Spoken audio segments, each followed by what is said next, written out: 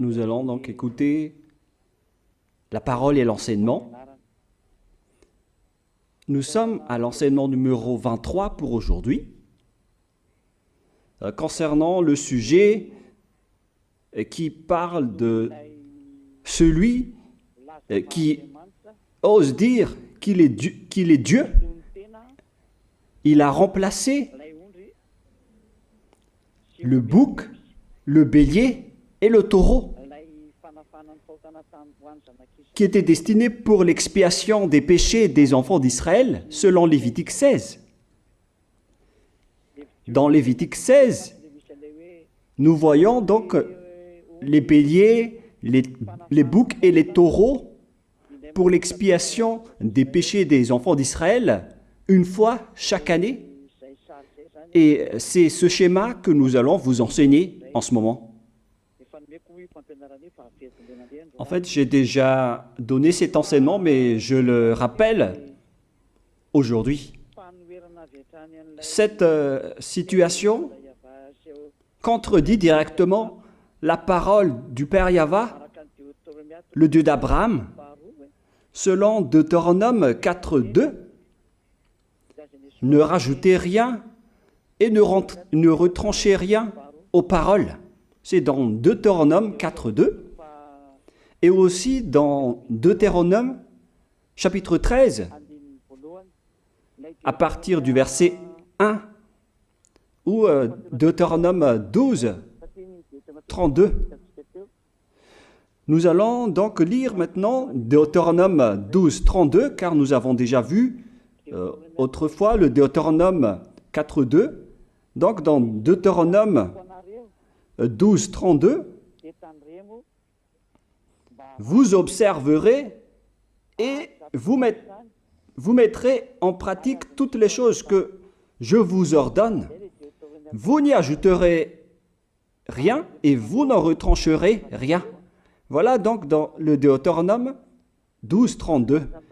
Et dans Deutéronome 4.2, je vais répéter, Deutéronome 4.2, vous n'ajouterez rien à ce que je vous prescris et vous n'en retrancherez rien, mais vous observerez les commandements de Yahva, votre Dieu, tels que je vous les prescris.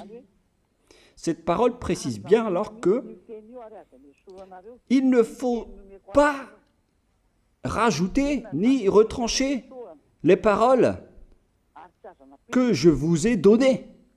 De quelles paroles parle-t-on? Nous allons lire Lévitique chapitre 16 pour voir quelles sont les lois d'expiation des péchés pour les enfants d'Israël. Les voilà. C'est dans Lévitique chapitre 16, verset 3 d'abord, pour commencer.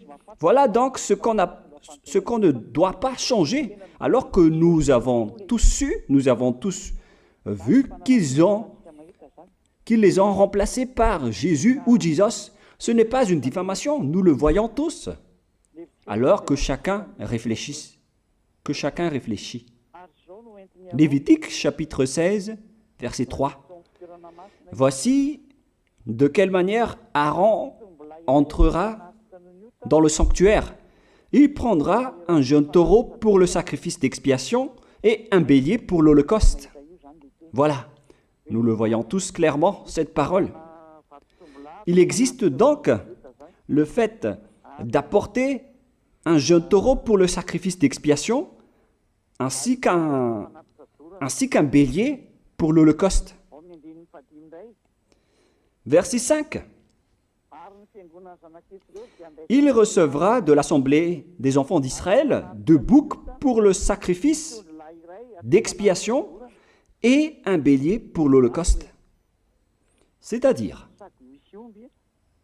en même temps, il y a un sacrifice de taureau, de bélier et de bouc.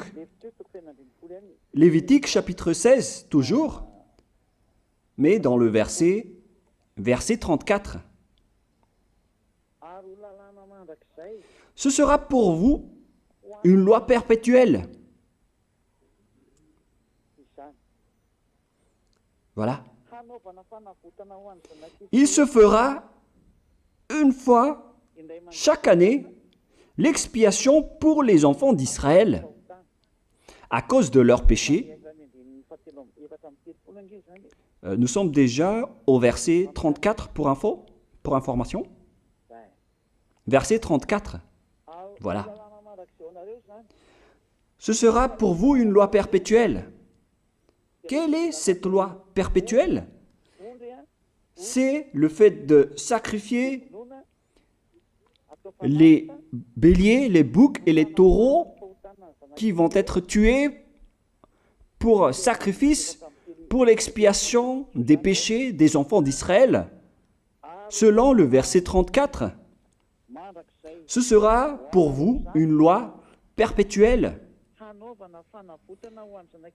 Il se fera une fois chaque année l'expiation pour les enfants d'Israël à cause de leurs péchés. Il y a une partie de votre texte qui est cachée en bas. À cause de leurs péchés. Voilà. Ici, donc, c'est bien clair que l'expiation du péché qui se fait une fois chaque année pour les enfants d'Israël, qu'on ne peut ni ajouter ni retrancher, ce sont les sacrifices des béliers, de taureaux et de boucs. On ne peut pas changer cela. On ne peut pas les remplacer en Jésus ou en Jesus. C'est une loi perpétuelle. Donc, si vous observez les 10 commandements, vous devez apporter des sacrifices de taureaux, de béliers et de boucs si vous voulez être expié de vos péchés. Voilà le schéma.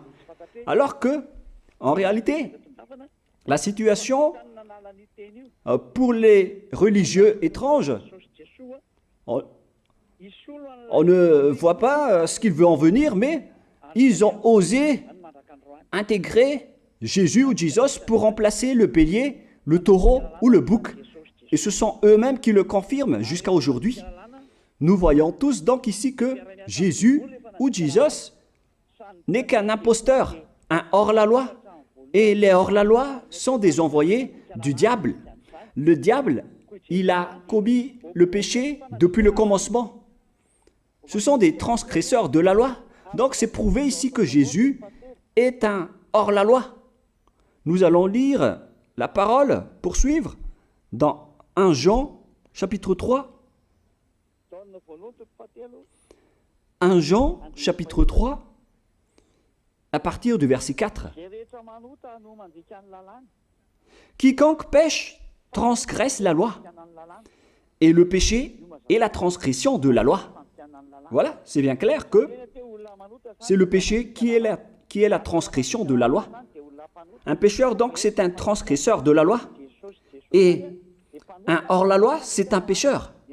C'est clair alors que Jésus ou Jesus, c'est un hors-la-loi, c'est un transgresseur de la loi. Nous avons tous vu ensemble qu'il a pris la place du bélier et il a siégé, il s'est installé dans ce système. C'est pourquoi toutes les églises observent les 10 commandements et ils servent Jésus ou Jesus. Voici l'enseignement. Alors, regardez bien à travers ce texte et cette écriture que je vous donne en ce moment. Et soyez conscients, ça suffit maintenant d'écouter ces faux dieux, c'est déjà trop. Tant pis pour vous si vous allez encore les écouter. Soyez conscients que ce schéma n'est plus correct. Beaucoup de gens me diffament à cause de ce que je fais en ce moment. Ils ne supportent pas la vérité. Mais ça dépend de chacun de vous. Et moi, je vous avertis, pour vous qui vont être baptisés et qui veulent être baptisés, mais qui entendent les diffamations et les critiques des autres, ne croyez pas en cela.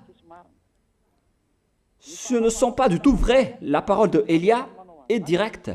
Ce ne sont que des mensonges. L'ôtement du péché, ce sont des personnes qui sont non-pécheurs qui peuvent le faire. Ce n'est pas logique de dire que les fidèles sont ôtés des péchés et le leader est un pécheur. Ce n'est pas du tout écrit dans la Sainte Écriture. Ce qui est écrit dans la Bible, c'est que le bon arbre donne de bons fruits et le mauvais arbre de mauvais fruits.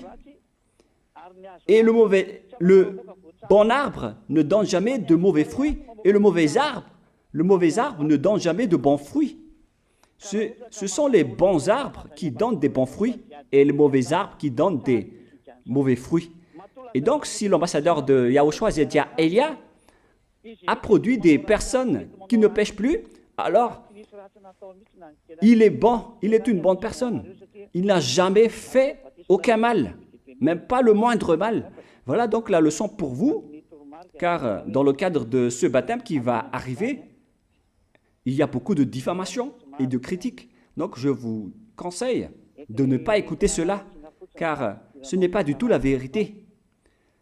Ils font ça juste pour diffamer et blâmer la bonté de Yahushua, alors ne les suivez pas. Donc là, on voit bien que ce n'est pas de la diffamation. Nous avons tous vu ensemble. Je vous ai donné la parole. On a tous écouté et vu ensemble. On a jugé ensemble. Est-ce que ce Jésus ou Jésus a fait la vérité? Est-ce qu'il a dit la vérité ou pas? Si nous avons vu le livre de Moshe, venant du Dieu d'Abraham, qui a dit « Ne rajoutez pas et ne retranchez pas à ma parole ».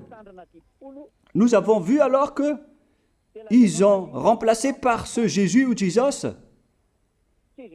les sacrifices d'expiation du péché, en disant après que c'est ce dernier qui ôte les péchés. Ce n'est pas du tout vrai.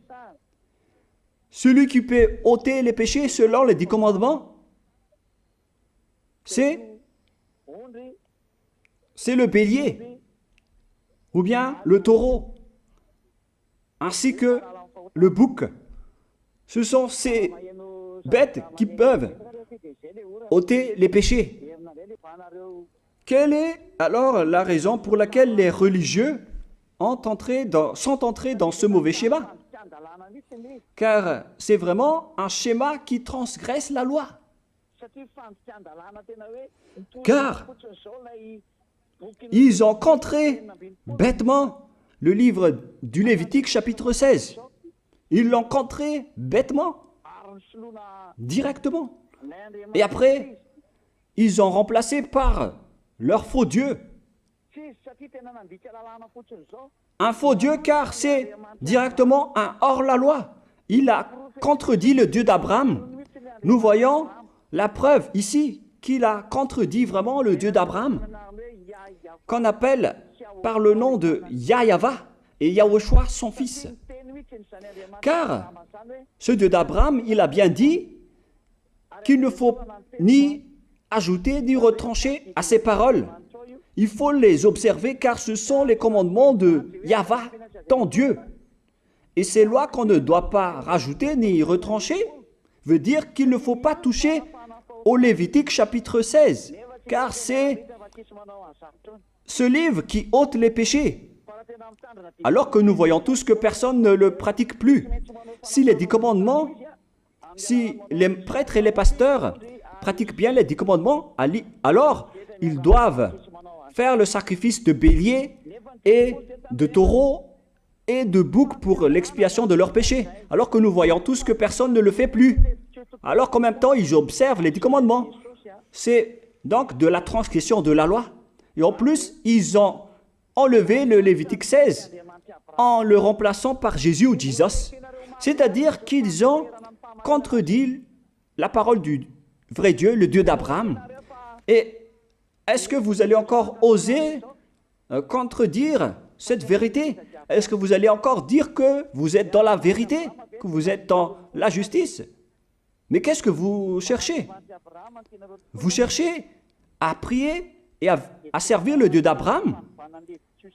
Si vous voulez servir le Dieu d'Abraham, vous n'allez pas enlever le Lévitique 16, vous allez restaurer le Lévitique 16. Mais est-ce que vous allez encore oser le faire? Est-ce que vous pouvez encore le faire? La réponse, non. Vous ne pouvez plus le faire. Alors que il s'agit de l'expiation de vos péchés. Et dans ce cas-là, c'est obligatoire de le faire. J'ai expliqué l'essentiel jusque-là et après je vais vous donner la raison pour laquelle ils ont fait cette grande folie en intégrant dans le Lévitique 16, à la place du Lévitique 16, leur faux Dieu. C'est vraiment de la transgression de la loi. Vous n'avez pas servi le Dieu d'Abraham. Il n'aurait pas dû faire ça jusqu'à la fin, car il a dit qu'il ne faut pas ajouter ni retrancher à ses paroles, alors que vous avez osé le contredire et les changer.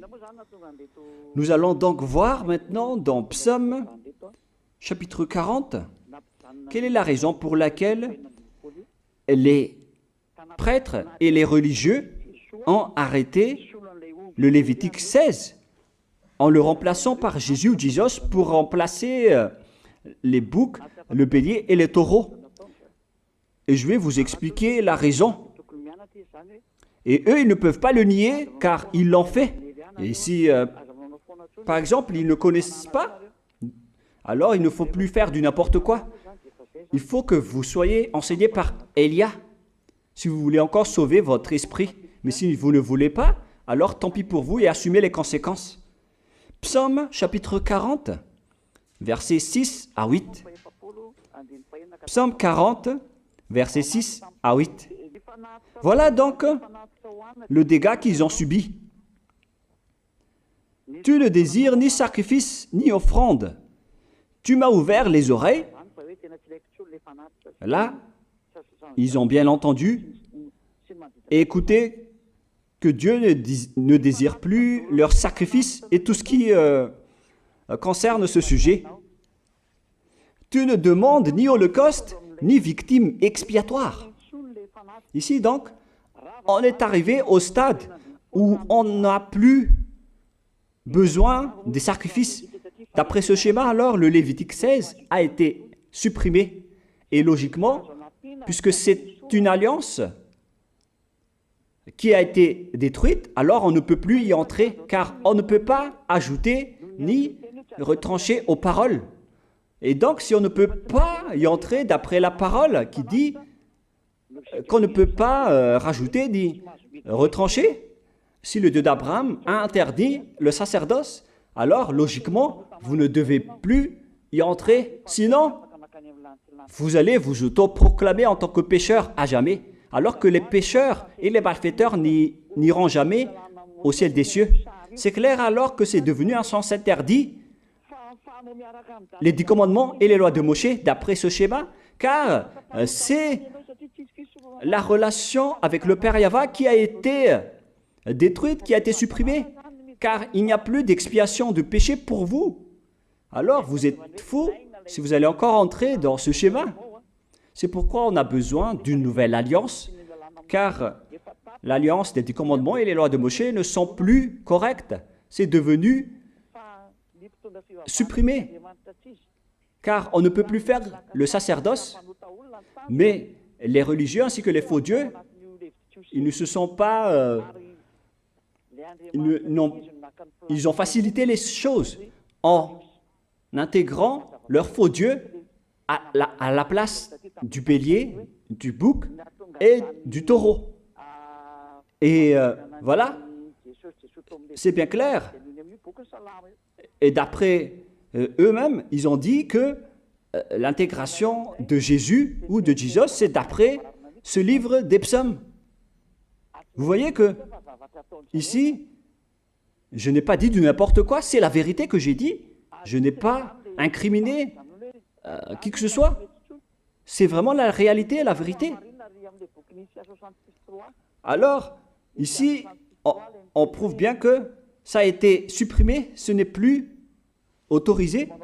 Et c'est encore confirmé dans Ésaïe 66.3 que celui qui fait des sacrifices, c'est comme celui qui fait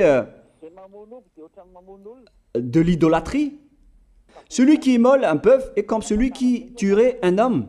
Celui qui sacrifie un agneau est comme celui qui romperait la nuque à un chien. C'est vraiment toute une histoire si vous allez faire cela. Celui qui présente une offrande est comme celui qui répandrait le sang d'un porc. Alors qu'à l'époque des 10 commandements, c'était carrément interdit. celui qui brûle de l'encens est comme celui qui adorait des idoles. Ici donc, toutes les sortes de sacrifices ont été bloqués. C'est devenu interdit. C'est pourquoi le faux Dieu est entré dans Lévitique chapitre 16.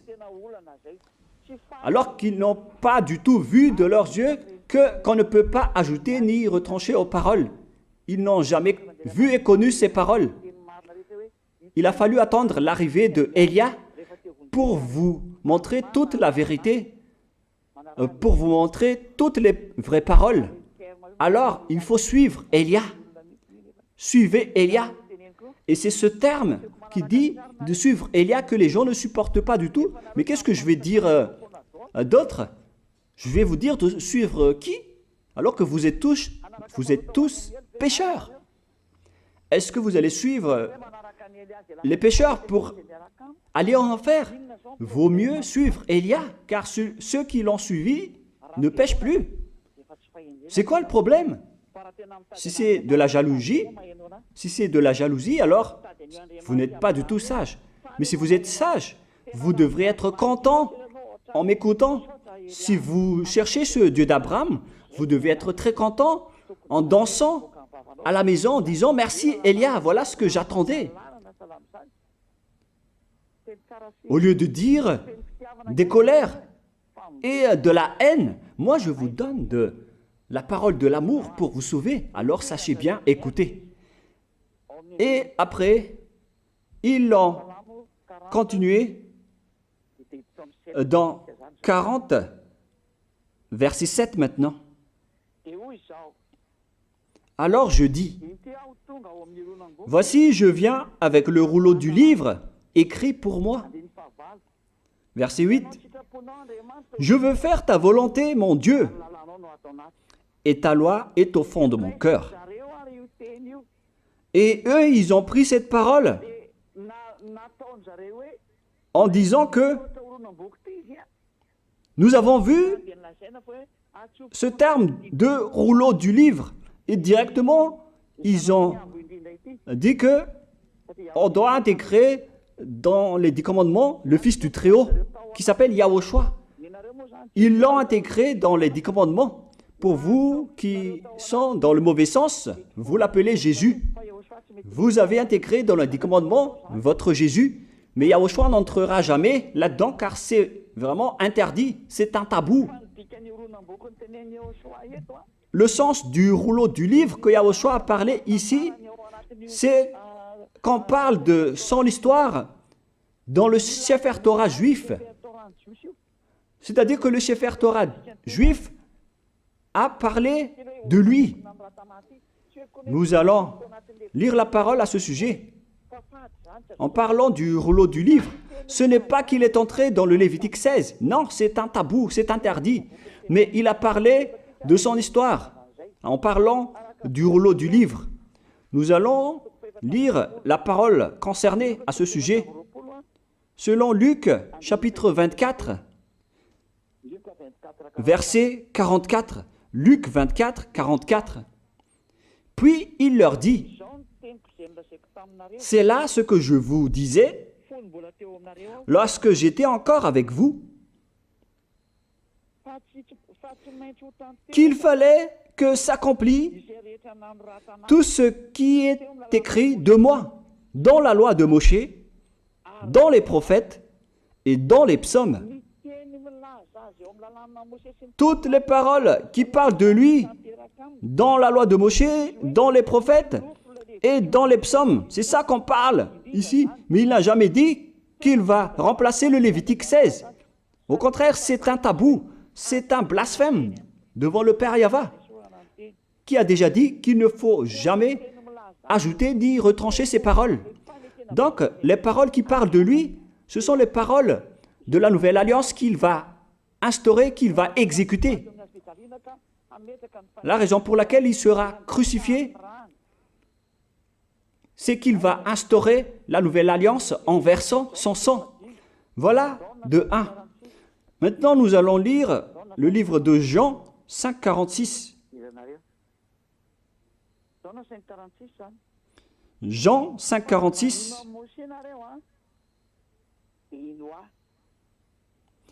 Alors, car si vous croyez en Moshe, vous me croiriez aussi, parce qu'il a écrit de moi.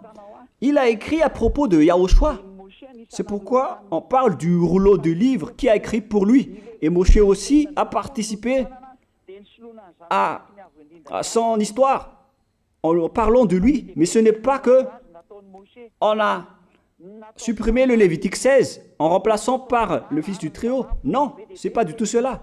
Il y a beaucoup de paroles qui a parlé de lui depuis les lois de Moshe, depuis les prophètes et depuis les psaumes.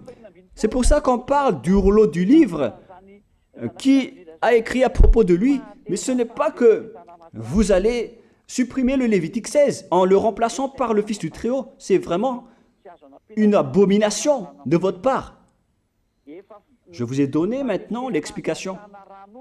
Il ne faut pas rajouter ni retrancher aux lois de Moshe. C'est une alliance en bonne forme qu'on ne peut pas toucher ni enlever. C'est dans Galates 3,15. Galates 3,15. Une disposition en bonne forme ne doit pas être changée ou transformée. Les lois de Moshe, c'est une alliance en bonne forme qu'on a versé le sang de Zébu en plus. Donc on ne peut ni retrancher ni rajouter. Le pire alors, c'est que vous qui êtes les fidèles de Jésus, vous l'avez intégré dans les lois de Moshe en remplaçant le Lévitique 16. On parle de votre Jésus ou Jesus. Je vous pose la question, est-ce que vous oserez dire que vous n'êtes pas pécheur à ce sujet? Car c'est vraiment de la transgression de la loi de la part de votre faux Dieu. Donc s'il est pécheur, alors logiquement vous êtes aussi pécheur. Et vous-même, vous avez dit que vous êtes pécheur. Voilà ce que vous avez fait. Et vous n'allez jamais être épargné. C'est pourquoi je vous appelle tous maintenant. Soyez baptisés et sauvez votre chemin, c'est-à-dire votre esprit. Sauvez votre esprit car il ira en enfer si vous ne le sauvez pas. Pour vous qui serez baptisés bientôt, l'explication est claire. Alors prenez une décision maintenant. N'écoutez jamais les diffamations qui sont faites par les diables. Ce sont eux qui vous empêchent d'aller vers la vérité. Ne soyez plus des poubelles dans votre conscience. N'acceptez plus cela. Il faut écouter l'envoyé du ciel des cieux, c'est-à-dire moi. Voilà l'explication. Vous avez fait du n'importe quoi avec votre faux Dieu. C'est votre faux Dieu qui a péché au commencement. Et logiquement, donc, vous avez tous aussi transgressé la loi avec lui. Et maintenant, vous êtes tous dans le péché. Et vous vous abritez dans la parole qui dit Dieu n'est pas venu pour appeler les justes, mais les pécheurs, pour se repentir.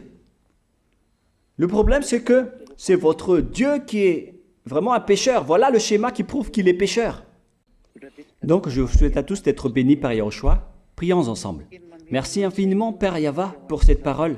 Une parole qui conscientise les gens pour se retourner vers toi et pour faire rester fermes tous les enfants du Très-Haut, les personnes que tu as déjà choisies, pour qu'ils restent bien fermes dans le service, et pour ceux qui sont encore à l'extérieur, qu'ils courent vers Elia, car Elia et toi, Yahushua, vous êtes uniques. Merci infiniment, Père Yahva. Merci infiniment, Yahushua. Sauve les gens pour qu'ils soient intégrés au ciel des cieux, pour que les gens écoutent la parole, Père Yahva, Yahushua, toutes les paroles que j'ai montrées. Confirme toutes mes paroles, Yahushua et Père Yahva, pour la gloire de vos noms si saints. Merci pour ta bonté et pour ta grâce. Au nom de toi, Yahushua, je fais toutes ces prières. Alléluia, Amen. Donc, je vous souhaite à tous d'être bénis par Yahushua et à demain. Au revoir.